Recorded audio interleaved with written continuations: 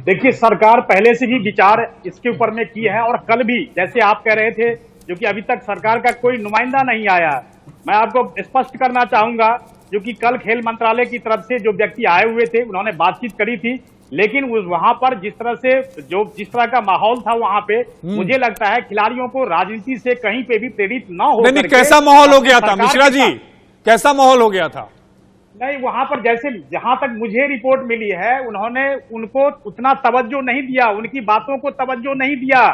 मुझे इतना रिपोर्ट है, जो कि जब वहां पर गए धरना स्थल पर, तो उनको ये कहा गया जो कि हाँ आप कौन है, क्या है, नहीं है, बहुत सारी बातें हुई वहां पर। मैं उस चीज में नहीं जाना मैं आपके पास आऊंगा। मुझे लगता है मनोज जी, मुझे लगता है आशीष जी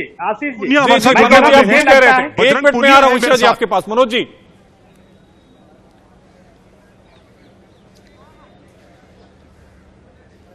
जी, Manoj ji, over to you.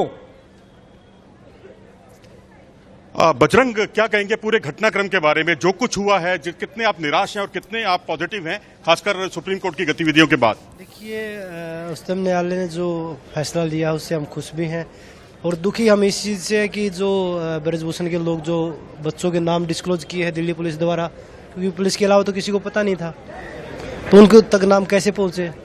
जो बच्चों के जो नाम डिस्क्लोज किए गए हैं, जो एक विक्टिम है नाबालिग, उनके पास उनके लोग घूम रहे हैं, पैसे लेके धमका के डरा के उनको दबाने की कोशिश की जा रही है। एक राकेश है, सेक्रेटरी है हरियाणा का, और एक महावीर बिश्नोई है जो द्रोणाचार्य अवार्डी कोच है। विनोद तोमर ने बोला है कि इसको कैसे भी करके दबाओ। अगर वो बोल रहे हैं कि हम ठीक है, तो वो क्यों बच्चों को डरा धमका रहे हैं? अगर ठीक है तो आप क्यों बच्चों को, हमारे पास सबूत है, ये नहीं कि हम वैसे हवा में तीर मार रहे हैं, तो वो बच्चों को क्यों डरा रहे हैं? वो अभी ब्रजभूषण का मीडिया के माध्यम से ही पता चला कि हमें न्यायालय पे पूरा भरोसा है, तो बच्चों को डरा धमका के किसी भी बच्चे को अगर कुछ होता है तो उसका जिम्मेवार कौन होगा? दिल्ली पुलिस। एक और कमेटी बना दी गई है और उस कमेटी, पहली दो कमेटियों पर तो आपका भरोसा है नहीं, और अब तीसरी कमेटी जो है वो WFI के रोजमर्रा के कामों पर नजर रखेगी। देखिए, कमेटी एक बनाई थी, फिर दूसरी बना दी। एक कमेटी का एक मेंबर का आज बयान भी आया है, बबीता फोगाट का, आपने देखा होगा कि वो क्या बोल रही है। तो मैं चाहूंगा अपने दर्शकों को जरा दोहरा दीजिए कि बबीता फोगाट ने क्या कहा है। वही बोल रहा हूँ ना, उसको एक बार आप देख लीजिए, आपको पता लग जाएगा कि गवर्नमेंट जो है, खेल मंत्रालय क्या सपोर्ट कर रहा है खिलाड़ी को, क्या वो व्यवस्था की बात कर रहे हैं ब्रजभूषण। बबीता ने बोला कि मैं पढ़ रही थी रिपोर्ट को, तो उसमें मैंने स्टार्टिंग में पढ़ते 2-3 मिस्टेक बताई कि ये ऐसे नहीं बोला, ऐसे बोला गया था खिलाड़ियों की तरफ से, तो उनके हाथ से रिपोर्ट छीन ली राधिका श्रीमन ने, जो पहले साइब में अधिकारी थी, अभी वो रिटायर हो चुकी है, और ओवरसाइट कमेटी की मेंबर भी है। ओवरसाइट कमेटी की मेंबर थी, और मुझे नहीं लगता कि वो न्याय के लिए लड़ रहे थे कि बच्चों के साथ हम न्याय करेंगे। अगर मैं उनसे पूछूं कि आपके बच्चे होते तो आप क्या करते? आप भी जब भी ऐसा ही करते। तो न्याय के लिए लड़ रहे हैं बच्चे, उन्होंने हिम्मत दिखाई है। 2013-14 में वो बालगढ़ में उधर डायरेक्टर भी थी, तब तो वो बोल रही थी कि ब्रजभूषण के साथ उनकी भी कुछ बात होगी थी कैंप को लेकर, तब तो वो बोल रही थी ब्रजभूषण ऐसा है, ब्रजभूषण एकदम पाक साफ हो गया। तो वो चीज़ें कमेटी, जिस दिन कमेटी में ब्रजभूषण बयान देने के लिए गया, उस दिन तो लॉयर भी नहीं था। सारी कार्रवाई खिलाड़ियों से ही करवानी है क्या आप लोगों ने? हम 3 महीने बैठे रहे चुपचाप कि हमारे साथ न्याय होगा, लेकिन लास्ट में हम झूठे घोषित होने लगे, तब हमने ये लीगल तरीका अपनाया। तो हम चाहते हैं जो सच्चाई है वो लोगों के सामने आए, और जो भी चीज़ हमें न्यायालय पे पूरा भरोसा है कि हमारे खिलाड़ियों के साथ न्याय होगा।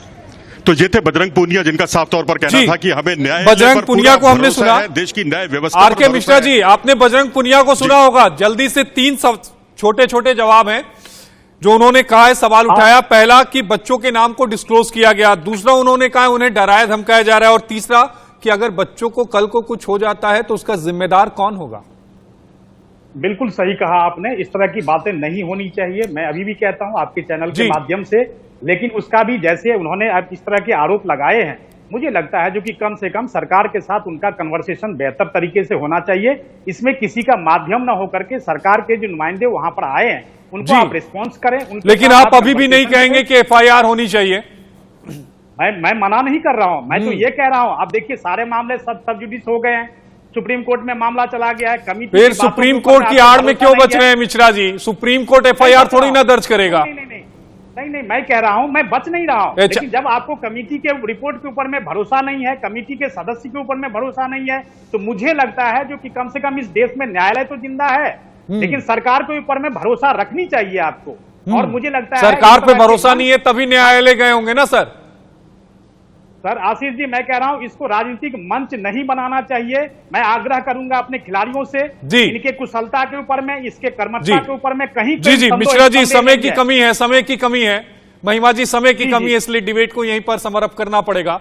लेकिन आरके मिश्रा जी, नेता बीजेपी के, एडवोकेट महिमा सिंह, प्रवक्ता कांग्रेस की, और इसके अलावा अश्वनी दुबे सुप्रीम कोर्ट के वकील, और दूसरे खास मेहमान हमारे साथ जुड़े हुए थे। आपका जुड़ने के लिए बेहद शुक्रिया। लेकिन बजरंग पुनिया ने अपने बयान में कई अहम बातें कही। पहला ये कि बच्चों का नाम, यानी जिन लोगों ने यौन उत्पीड़न का आरोप लगाया उनके नाम को डिस्क्लोज किया गया। दूसरा ये कि अगर कल को उन्हें कुछ हो जाता है तो उनका जिम्मेदार कौन, और तीसरा ये कि आखिर वो कौन शख्स है जो इन्हें धमका रहा है। लेकिन नजर इस बात पर भी रहेगी कि आखिर दिल्ली पुलिस खिलाड़ियों की शिकायत पर एफआईआर दर्ज कब तक करती है। बुलेटिन में इतना ही, देखते रहिए इंडिया।